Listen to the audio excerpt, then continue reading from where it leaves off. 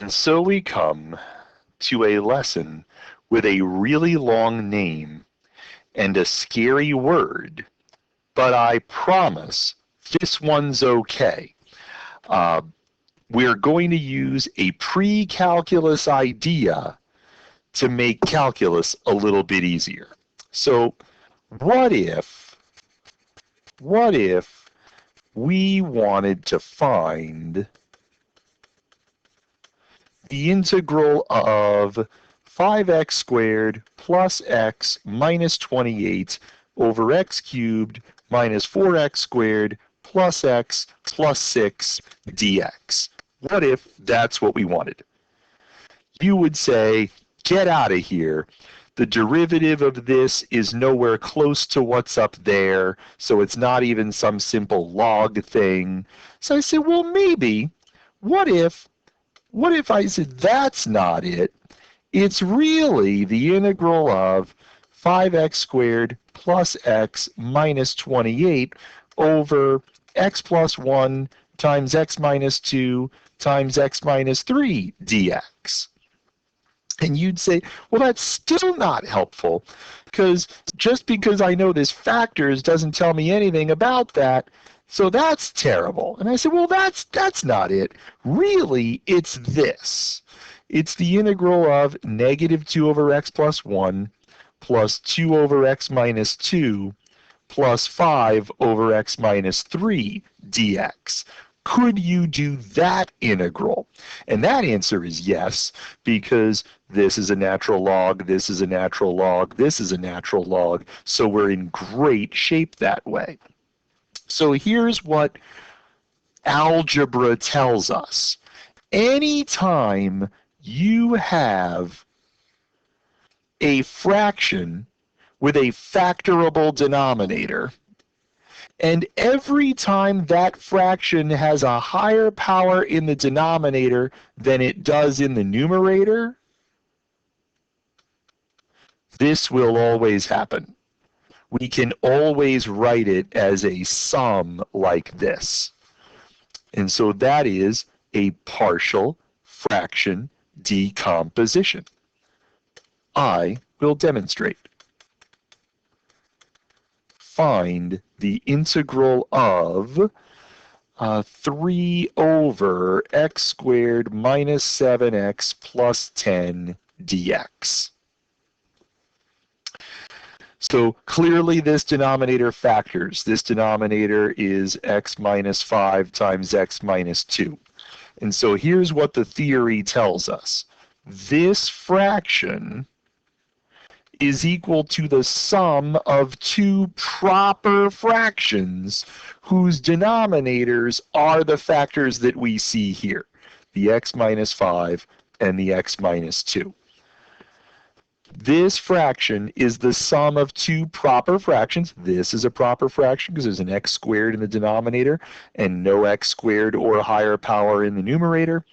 So this must be a proper fraction, which means this can't have an x to the 1. It's got to be just a number. And this has to be a proper fraction, which means this can't have an x to the 1. It has to be a number. And then we remember how we combine fractions. How do we add fractions whose denominators are different? We get a common denominator. Everybody gets multiplied by everybody else's denominator. And so the numerator over here, see, this is all the same.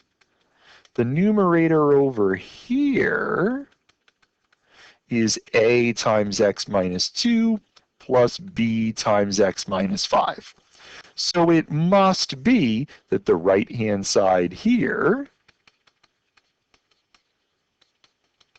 is equal to the numerator over here has to equal the numerator over there. Now what? Well, now we do a strategic substitution.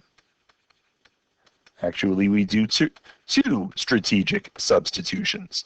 We substitute x equals 2, and we substitute x equals 5. Why?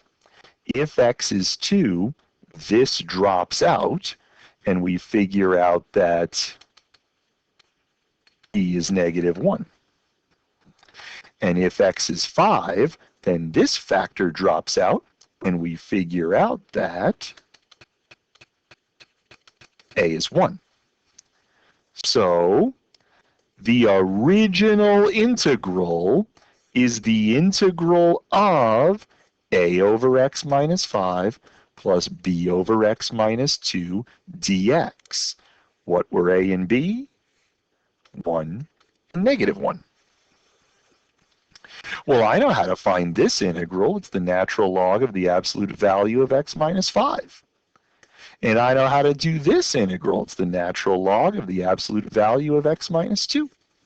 And you're done. You're done. Now, some people, when they do this, some people are going to check the back of the book, and in the back of the book, it's going to look like this. Well, why would it look like that? Remember what that minus means for those logs. It means that this difference of logs came from a quotient of arguments. Okay? Okay. Well, it doesn't get much more complicated than that. What if we try to find the integral of x squared plus 2 over, well, let's just go bonkers. Oh no, what happens with that?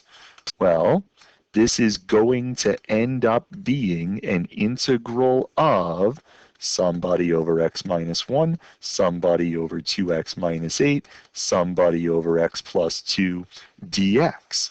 We just have to figure out what those numerators are.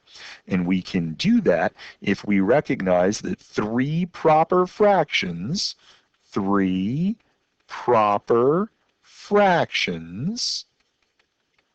add up to x squared plus 2 over that product of three binomials, which means that the numerator over here has to equal the numerator over here. The numerator over here is a times 2x minus 8 times x plus 2, and b times x minus 1 and x plus 2, and c times these other two right here, x minus 1, 2x minus 8. And all of this is equal to x squared plus 2. And then we do three strategic substitutions. We substitute x equals 4. We substitute x equals negative 2, and we substitute x equals 1, and we get equations that quickly solve to tell us what a and b and c are. And it turns out that a is negative 1/6, and b is 1, and c is positive 1/6. And then you can finish that integral. You can know that this is negative 1/6 natural log of, and then this is 1/2 natural log of, right? U substitution. And then this is 1/6 natural log of plus a constant.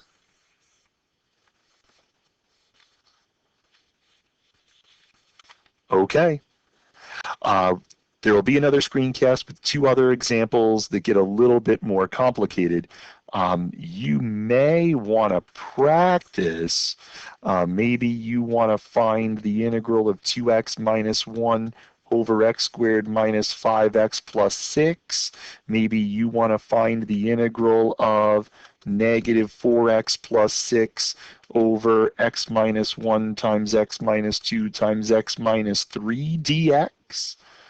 And if you hit the pause button, I'll show the answers in a moment.